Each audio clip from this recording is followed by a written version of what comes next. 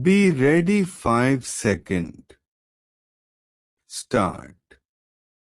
Mr. Chairman, I rise to join my colleagues on this side in supporting the motion of thanks to the President for having delivered this address to the joint session of both the houses.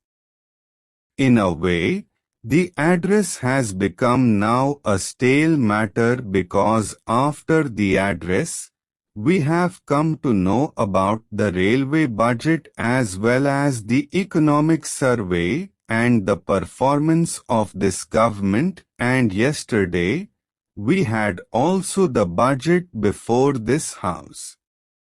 From one point of view, the address which was presented to the House was general, and in that several details have been further filled up by these documents in several fields. As far as last year was concerned, the performance of this government, their achievements and their future plans have been further highlighted before this House.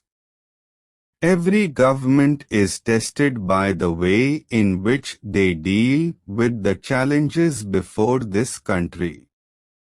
There were mainly 2-3 challenges during the last year according to me.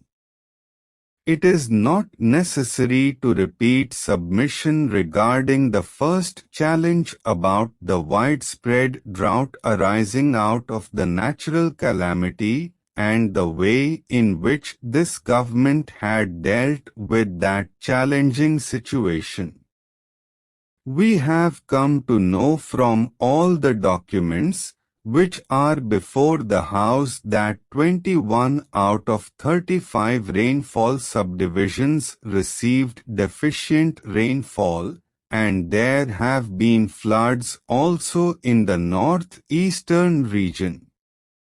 The steps that have been taken by this government are really commendable, and from this point of view the mention in the address and the further details which are provided to this House go to show that no other government could have done better than what they have done in this field, or even as good as what they have achieved as far as the relief to the drought-affected areas and flood-affected are concerned.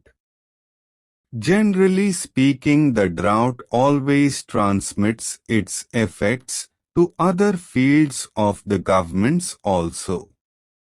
Accordingly, slowly the industrial performance was also affected. We did not reach the estimated progress, but we have already achieved and showed a good performance by showing the increase of 10% in this respect. There are several other matters regarding performance. But as my earlier speakers have already dealt with them, I would not like to repeat them within the short time available to me. I would only stress the shortcomings of the government. Firstly, as far as the industry is concerned, even though the performance is good and the achievement has been commendable, certain data were published in the Economic Times which are a little disturbing. They show the very disproportionate large contribution of this industrial growth by a few industrial groups only. It has been further stated that what emerges from the detailed production data is that only 28% of industry accounted for as much as 79% of the growth rate. The bulk of the industrial sector, or as much as 60% of it, either grew by less than 5% or suffered a rapid decline. Therefore, I would request the government to look into this matter. I know that they are not complacent about the progress, but if there is imbalance in the growth of the industry and only a few industrial houses are growing, and the rest of the industry are not making as much contribution as desired, then it will be a matter for concern. Many speakers have also referred to the textile policy. The earlier speaker also referred to it. Everywhere in all the sectors which are affected by this textile policy, they are agitated over the present textile policy. Cotton growers are agitated, handloom industry is agitated, powerloom industry and also the cotton textile mills which are in the urban cities are also complaining that because of this policy more unemployment is perhaps being experienced.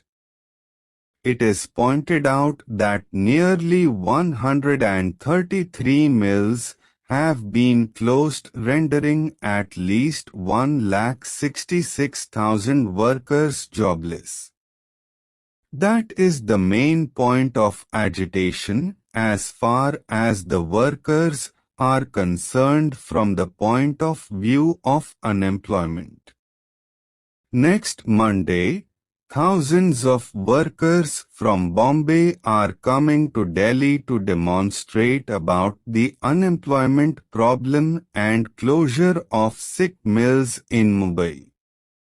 My friend said something about the deployment of military in Tripura.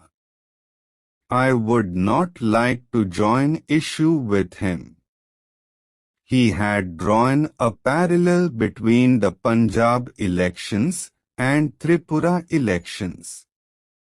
If we consider the matter carefully, the situation was not bad in Punjab after the death of the chief minister and when the elections were declared in Punjab.